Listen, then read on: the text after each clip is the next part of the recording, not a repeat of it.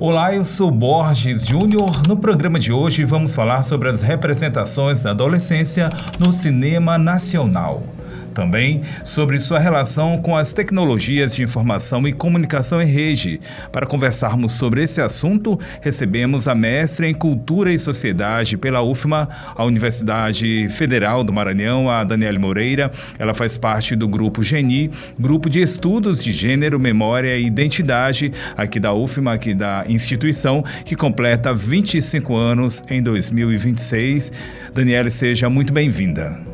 Obrigada, é uma ótima oportunidade para revisitar minha pesquisa de mestrado e é sempre um prazer refletir como a gente se relaciona com as novas tecnologias de informação e comunicação. Daniela, sua pesquisa, ela parte de uma observação bem cotidiana, uma reunião de pais na escola. Como é que foi esse momento e de que forma ele motivou você a investigar as representações dos adolescentes no cinema nacional? Então, durante o meu mestrado, eu estava fazendo bastante leitura sobre Foucault, um filósofo francês, e eu percebi essa cena cotidiana como um conjunto de enunciados, de discursos sobre a adolescência. E nesse contexto de disseminação das novas tecnologias, aquilo me provocou umas inquietações. E aquela reunião eu participei como mãe de um aluno adolescente. Eu observei uma contradição pedagógica. A mesma escola que distribuía tablets para atrair estudantes adolescentes com autonomia no mundo digital, queria que os pais tivessem um controle sobre aquilo que esses adolescentes fazem ao usar essas tecnologias, né, ao entrar na internet. E então havia ali uma preocupação, uma certa angústia com o modo como esses adolescentes estavam usando as redes sociais, principalmente. E aí eu vi que a gente tinha desafios aí dentro da área da educação. Eu sou pedagoga na minha graduação, né? Então aquilo me causou um incômodo que me levou à pesquisa. Nessas suas investigações, você analisou 4 filmes brasileiros lançados no início da década de 2010. O que esses filmes eles têm em comum quando se trata de mostrar como é que os adolescentes se relacionam com as novas tecnologias de informação e também a comunicação?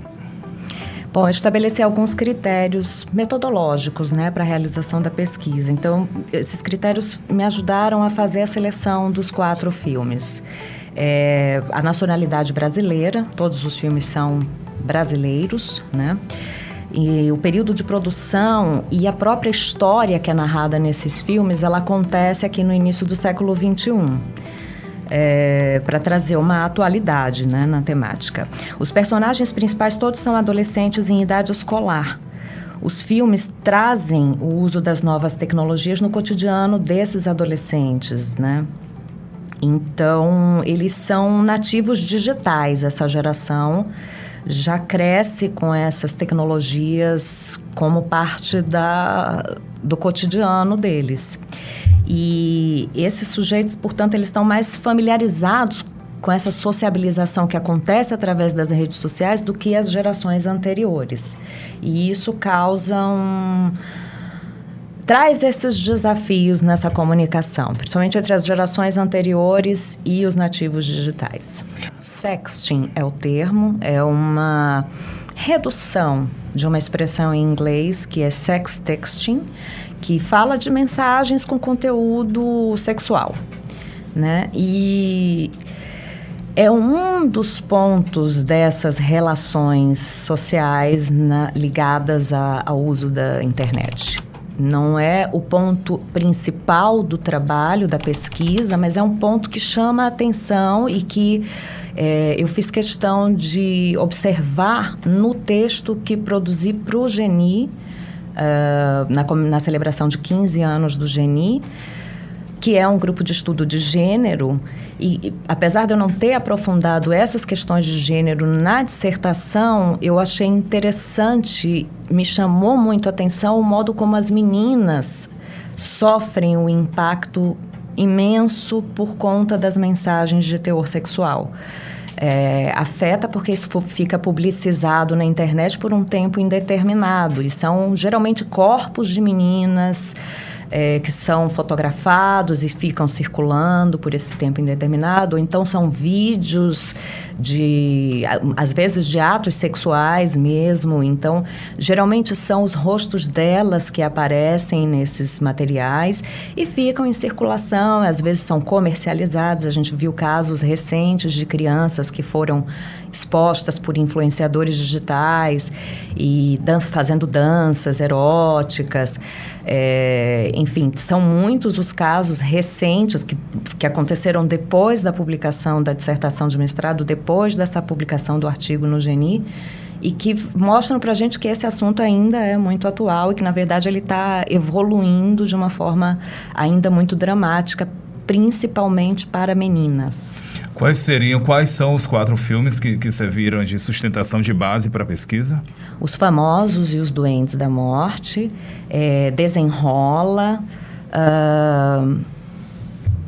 Antes que o Mundo Acabe e As Melhores Coisas do Mundo. Muito bem, estamos conversando com Daniela Moreira. Ela é mestre em Cultura e Sociedade pela Universidade Federal do Maranhão e integra o Grupo GENI. Ela conversa com a gente sobre as representações da adolescência no cinema nacional e sua relação com as tecnologias de informação e comunicação em rede. Daniela, você percebeu uma diferença importante na forma como os filmes tratam meninas e meninos, nos casos de sexting.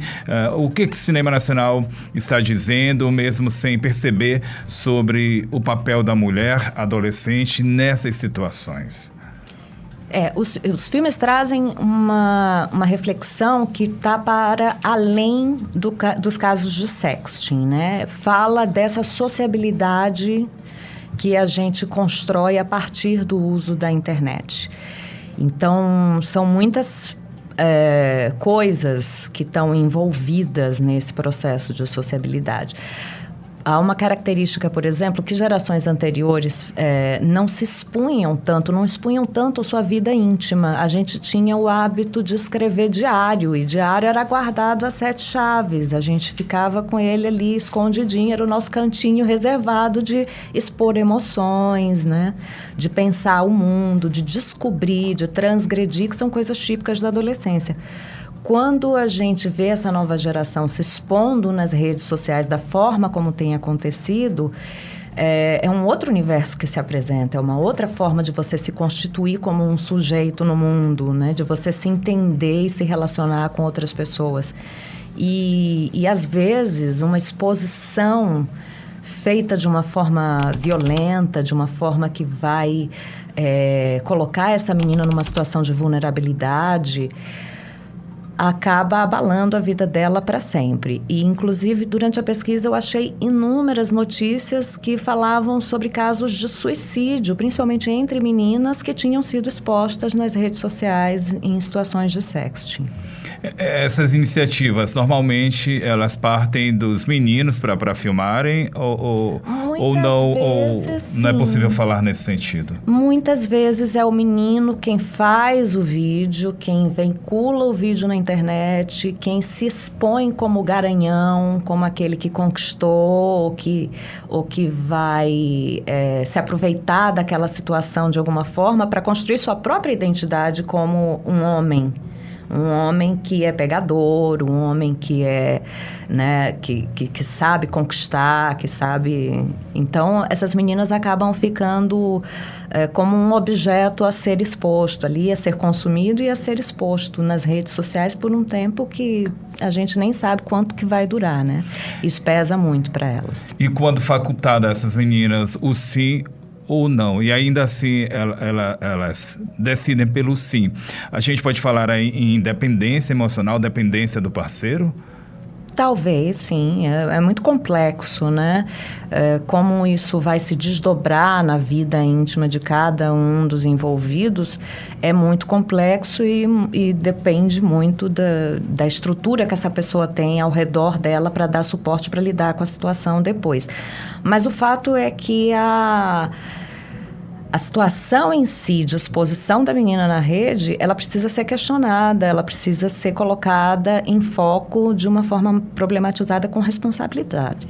Daniele, você usa o conceito de tecnologia de gênero para analisar, para fazer análise, os estudos sobre esses filmes. Como é que o cinema ele funciona como uma ferramenta que ensina as pessoas o que é ser homem ou o que é ser mulher? O cinema é considerado uma velha mídia hoje, né? A gente está falando de novas tecnologias de comunicação e informação e eu fui buscar no cinema, que é uma velha mídia, para falar sobre esse tema, porque eu precisava me comunicar com os pais desses adolescentes, com os educadores desses adolescentes, que têm uma referência mais forte no cinema do que nas novas mídias. Então, eu inclusive reflito sobre isso, essas relações com todas essas tecnologias.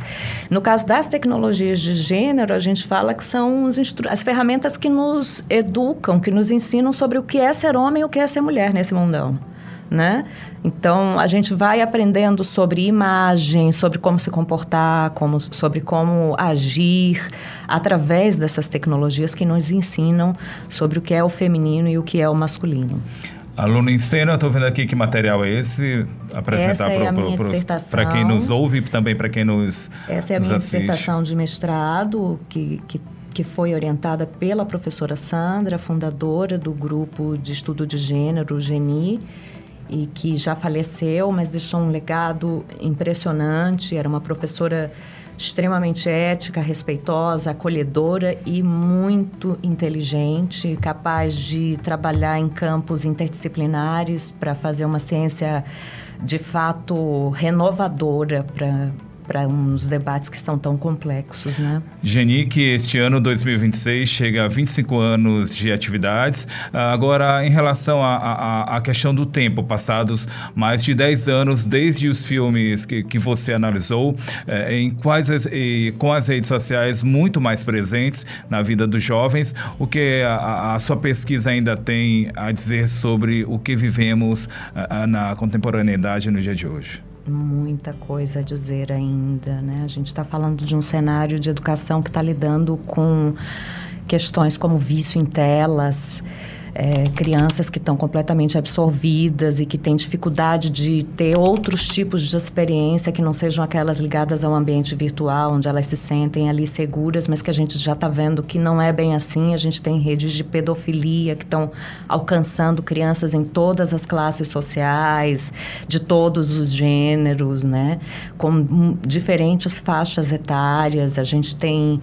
Continuam os casos de exposição dos corpos e das experiências sexuais em vídeos, nos casos de sexting, então muito fortes ainda. Então, tem muito campo para se pesquisar dentro dessa área. No campo dos estudos de gênero, também é muito relevante ver como é que essas sociabilidades estão avançando nesse processo. E muito estudo tem sido produzido. De lá para cá, muita coisa nova apareceu e que está enriquecendo esse campo de estudo para a gente observar isso com mais cuidado, com mais atenção e para fazer um trabalho de acompanhamento dessas crianças e desses adolescentes de uma forma mais eficiente, né? Eu finalizo perguntando se nessas suas investigações há sugestões, foi pensado nesse sentido, de enfrentamento a essa problemática, há algo nesse sentido? Educação sexual nas escolas é fundamental. Não tem nem por que a gente estar discutindo isso uma altura dessa do campeonato. Não tem como a gente abrir mão de educação sexual dentro das escolas. As crianças precisam ser incentivadas a refletir o seu tempo. O que a gente está vivendo agora não pode ser silenciado, não pode ser calado, não pode ser ignorado. A gente precisa conversar sobre o uso das novas tecnologias de comunicação para fazer com que elas ganhem um sentido pedagógico inteligente e não destrutivo. Muito bem, conversamos com a mestra em Cultura e Sociedade pela UFMA, Universidade Federal do Maranhão, Daniela Moreira. Ela faz parte do GENI, que completa 25 anos em 2026. Daniela, ela conversou com a gente sobre as representações da adolescência no cinema nacional e sua relação com as tecnologias de informação e comunicação em rede. Daniela, muito obrigado pela sua participação aqui com a gente, pelos esclarecimentos. Eu que agradeço, é sempre um prazer falar sobre como a gente se relaciona através das tecnologias de informação e comunicação. Muito obrigado. Obrigada. Até o próximo programa.